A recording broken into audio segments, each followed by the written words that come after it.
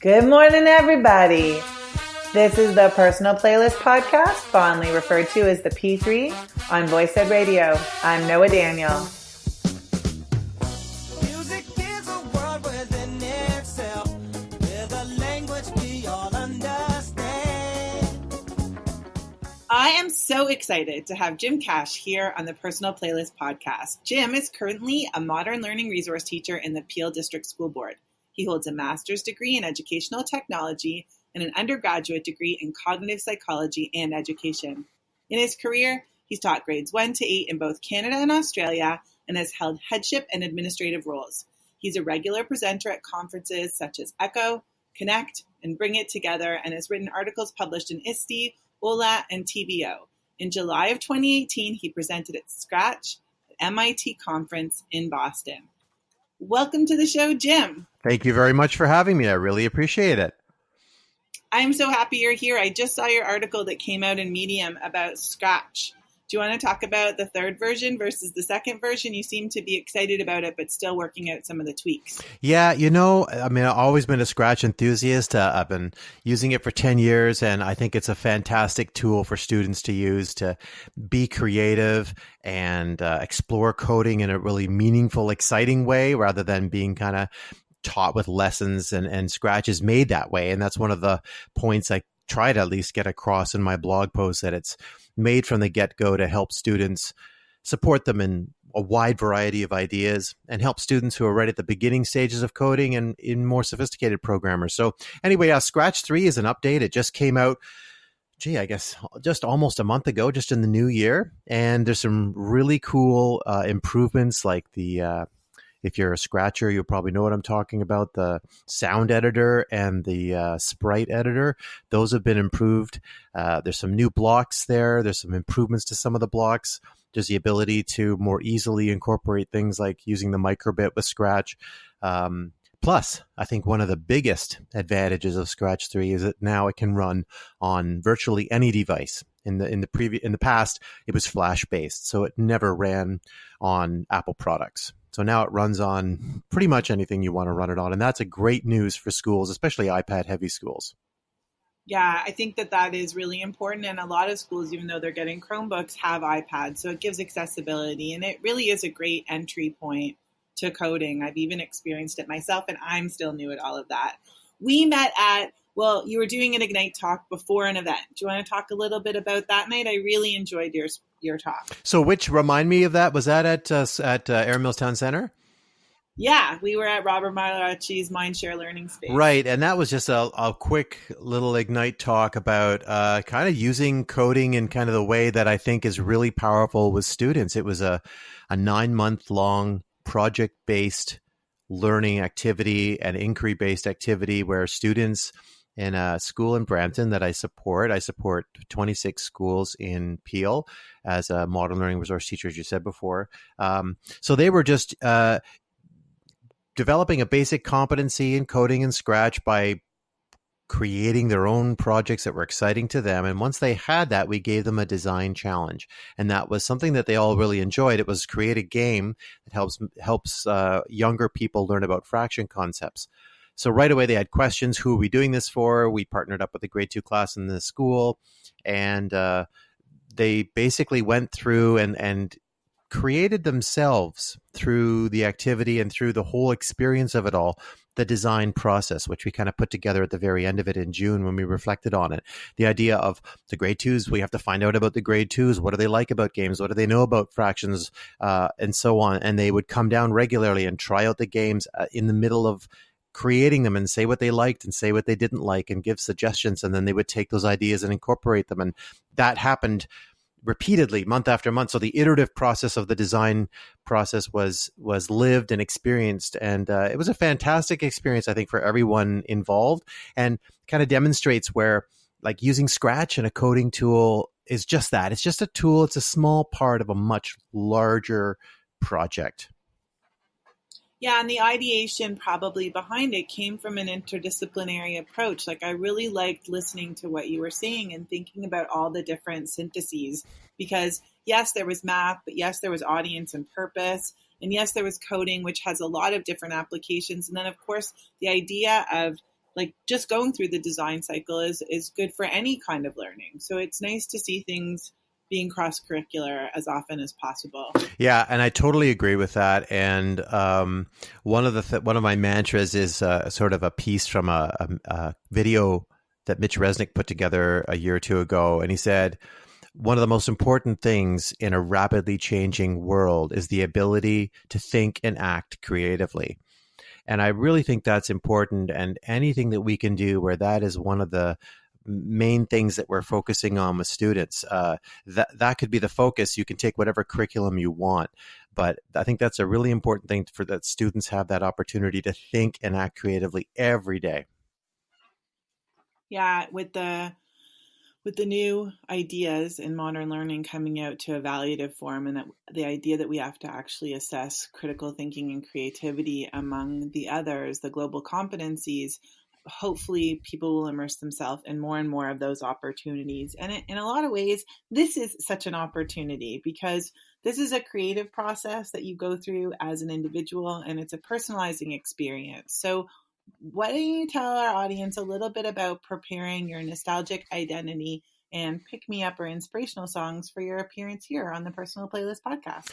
Okay, so we had to pick, 3 songs, 3 pieces: nostalgic, identity, inspiring. And you kind of picked me at this point in my life. If you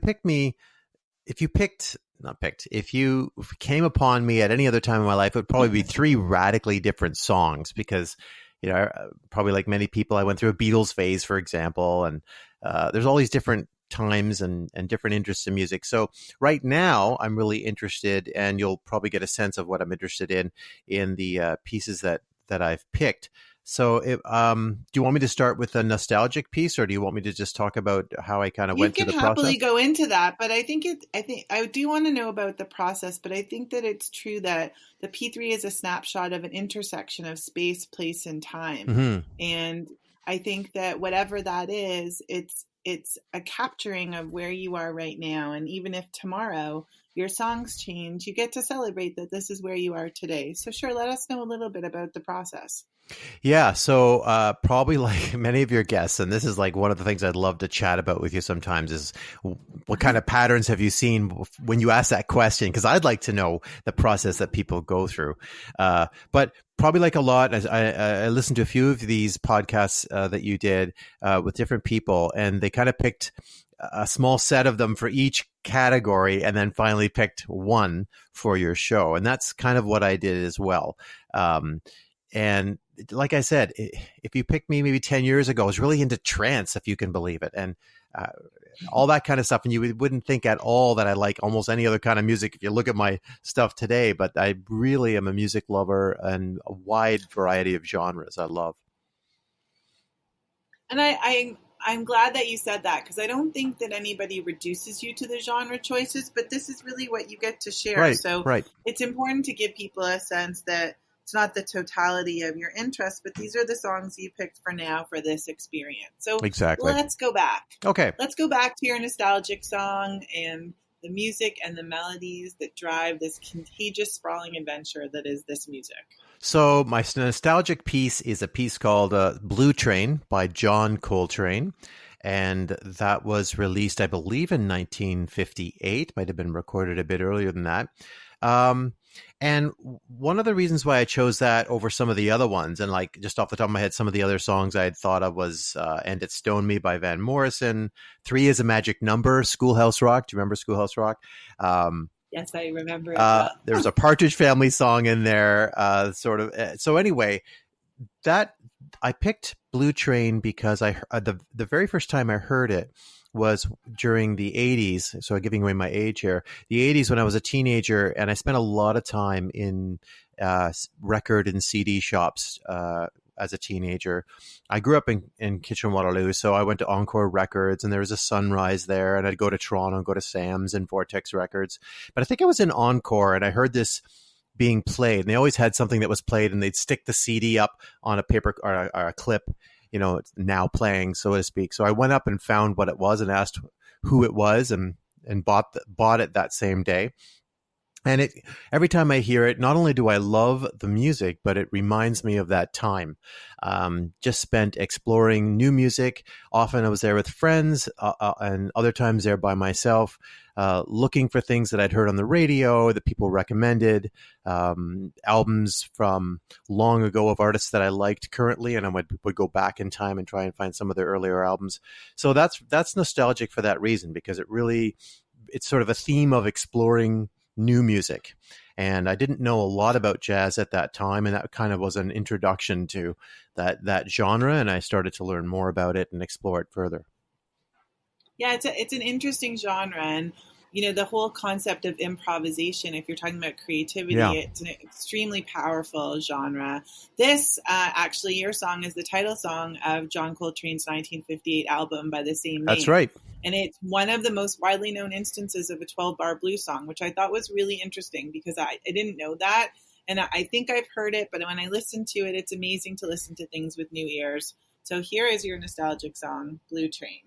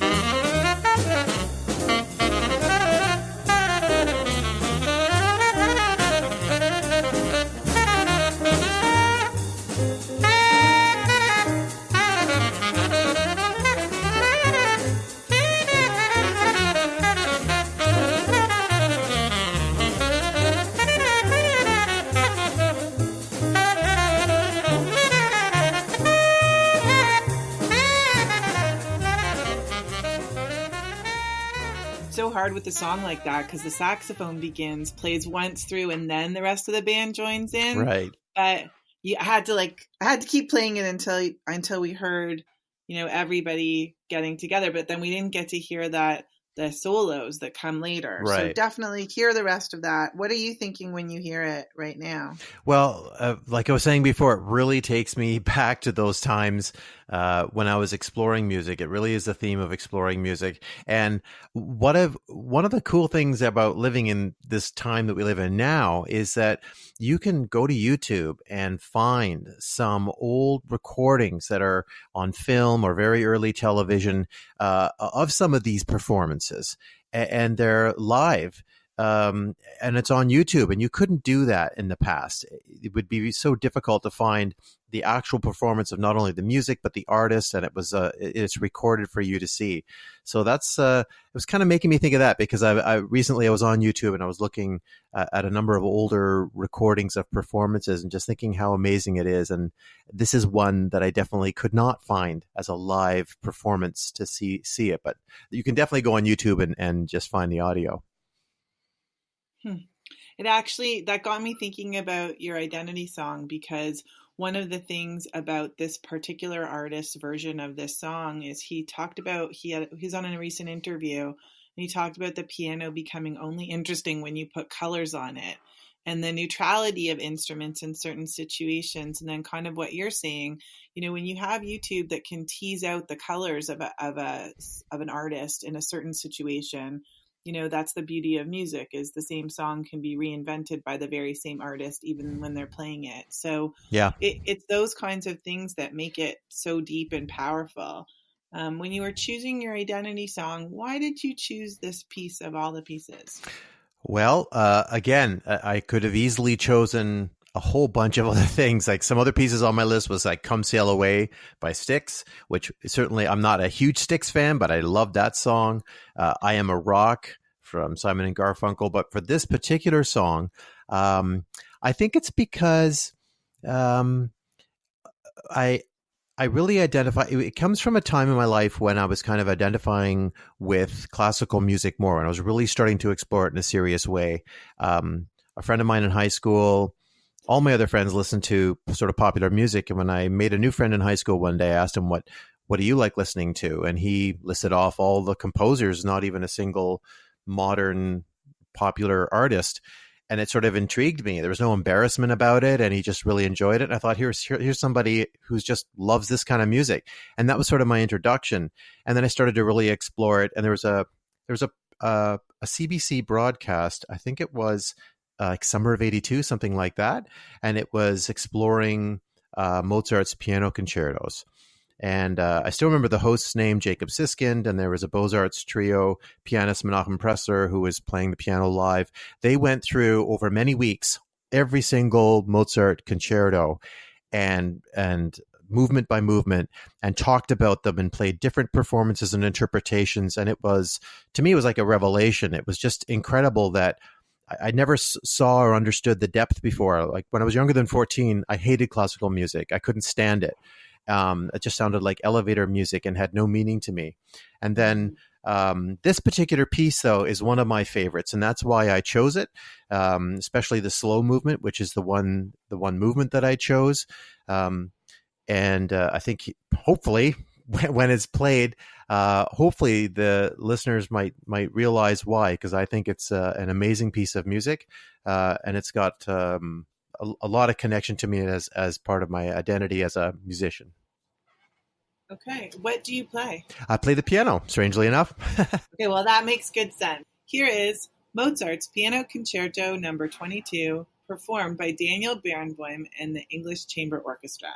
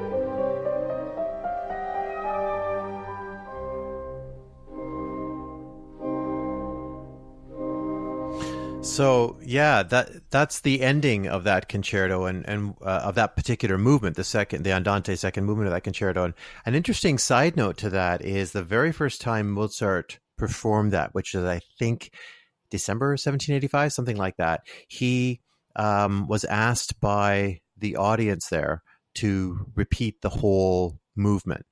They asked for it to be repeated, and because it was almost like an immediate encore. They wanted to hear it again, which, from what I've read about it, was highly unusual. And concerts back then were different than they are now. This would have been maybe 100 people that he was performing for, so it was more of an intimate, smaller group, and it was not like the performer and the audience were very separate. It was sort of right in there with it. But I just thought that was really interesting, and to me, it's sort of the heart of this concerto. And the fascinating thing about learning about it first from this broadcast on CBC when I was a teenager was the idea that different pianists and orchestras can come to it and interpret it in different ways. And it's something that maybe I didn't put a lot of thought into before I heard that concept. And now what I often do is that if I really like a song or a piece, a classical piece, I'll get it performed by many different artists. So my iTunes bill is quite high sometimes. But this particular piece, I think I've got Barenboim. There's another pianist named Edwin Fischer, Robert Cassadasu, Edwin Schnabel.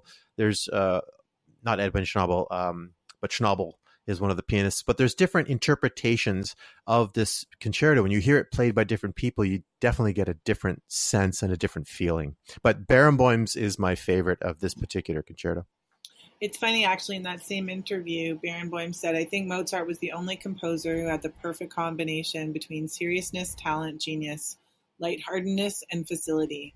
It made me think about how, an educator doing the kind of work that you do has to kind of balance between having, real talent and penchant for the kind of work that you're doing and seriousness and planning, but also that lightheartedness, fun, because the work is about kids and you want to be able to enjoy it. That's interesting. Yeah. I mean, teaching, as I'm sure you know, is a bag of tricks in many ways. So many different abilities and competencies and thoughts and energies have to come together to do, I think, a really good job. So that's really interesting. Yeah, but that's the symphony, right? You bring it together, exactly. And if you don't have it, you bring it from other people together to create that something special. Yeah, that's a really good analogy. Anyway, your last song is your inspiring song. So this is a very interesting person. And I was doing some research on him. And would you like to introduce the song? I have some questions about him. Great. And this person is new to me, too. I only discovered this song probably around the time that you asked me to do this, which was in the fall, maybe, or whatever. But I think it appeared in one of my YouTube playlists one time, and I listened to it and I loved it. So Jan Tiersen is the composer and musician, and this piece is called Porsgeret. And the album that it comes from is called, I'm not sure if I'm pronouncing anything correctly here, but EUSA, EUSA, and it was released in 2016. And each of the pieces on that album, there's about 10 of them, they all are inspired by a different location around where he lives. So he records ambient music of the location, and then he composed a piece that matches that. So the reason why this is inspiring to me is that when I first heard this, it really felt familiar to me. And as I listened to more of his album, which I bought right away on iTunes, it felt really good, and it felt really familiar, even though it was brand new music. And I've always enjoyed writing music for the piano. I've never written for anyone or any purpose other than for myself, just to amuse myself. It was like painting or gardening or whatever. But I immediately identified with it because he tends to use similar progressions and themes that I use, although he's definitely far more developed in his technique and far more accomplished than I am. But it's inspiring to me because it's literally inspiring. It makes me think, wow, how can I push myself to do different things with what I'm trying to write and what I'm trying to say in my own music? And it just was really exciting that, I'd never heard of this person before. And then suddenly this comes along, and it's like a doorway. It opens up, and all this new music, it just sort of pours out, and it's continues to inspire me to this day. So what have you learned about him from your research? Because I don't know a lot about, he's a French composer and he's been around since the early 90s. He's nothing new, actually. But what have you learned about him? No, but he seems to be upset that he's so often, as a French musician, associated with Amélie, which was the score that he had composed and won awards for. And he's constantly trying to say, I do other things. Please don't reduce me. Not that I'm not proud of this work. But I think about that sometimes, like with people and their known accomplishments, it's hard to move on from the things that people can touch. And yet, so that's why I think it's so interesting that, you know, he wrote about his home in the island of Ushant off the coast of Brittany, kind of like that touchstone to a place when maybe people weren't giving him the space to have that. So I had some questions about that, but I really liked where you went with it. So I'm going to leave it kind of as your inspiration to pushing yourself further and, you know, finding your own GPS through your work. Exactly. So yeah. It's a fantastic, and I remember as soon as I heard this piece, I went to the piano immediately and tried to pick it out, and I picked out about half of it.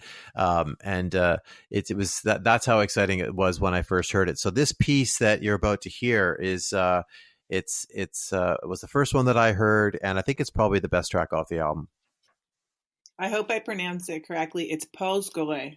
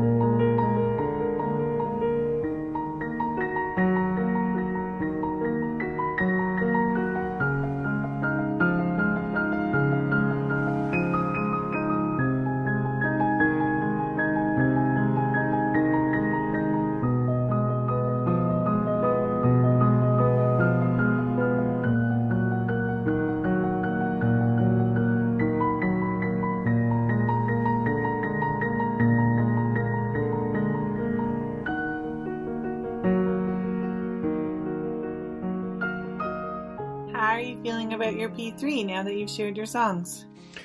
I'm feeling pretty good. No, it's this is a really interesting exercise because it forces you to kind of stop and reflect, at least where you are at this particular point in time, and think about things that are meaningful to you. So yeah, no, it's exciting, and I'm hoping that anybody who listens to any of this might hear something, especially that last piece, and say, wow, that sounds pretty cool. I might check that out.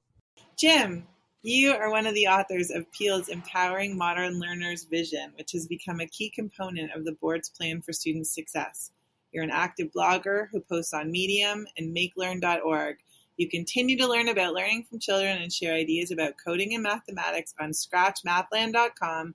You can connect with Jim on Twitter at CashJim. Do you have anything else you want to add about this experience before I play you out? No, just that I appreciate you thinking of me, and it was a great experience, and I can't wait to hear more of this podcast because I've only heard a handful, and I'm going to go back and listen to some more. So thank you very much. Oh, it's my pleasure. I hope you have a wonderful day. You too. Thank you for joining us on the P3, the Personal Playlist Podcast. I'm Noah Daniel. This is Voice Ed Radio, and I hope you have a fantastic day.